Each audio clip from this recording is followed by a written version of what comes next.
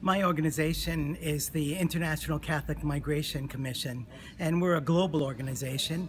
Our mandate is to network all of the bishops' conferences of the world that are working on migration and refugee issues to help them to build capacity, to network with each other, to share good practices, and especially to recognize the church's, the gospel mandate that we must welcome the stranger in our midst. And certainly that's a tremendous challenge throughout the world today, but also especially in Europe, where we have more than 1 million people coming and knocking on the doors of Europe.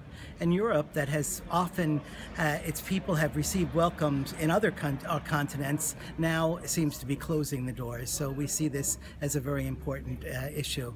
One thing is to make sure that we observe the international accords that we've already made for more than 50 years, especially the Geneva Convention, which says that every person who wants to make a claim for political asylum has the right to have his or her case heard individually. And yet now we see in Europe a tendency to legislate around groups rather than as individuals.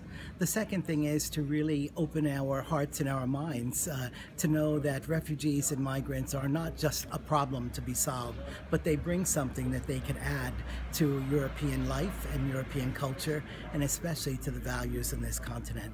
So we see our work as part of the traditional corporal works of mercy. The corporal work of mercy says to welcome the pilgrims.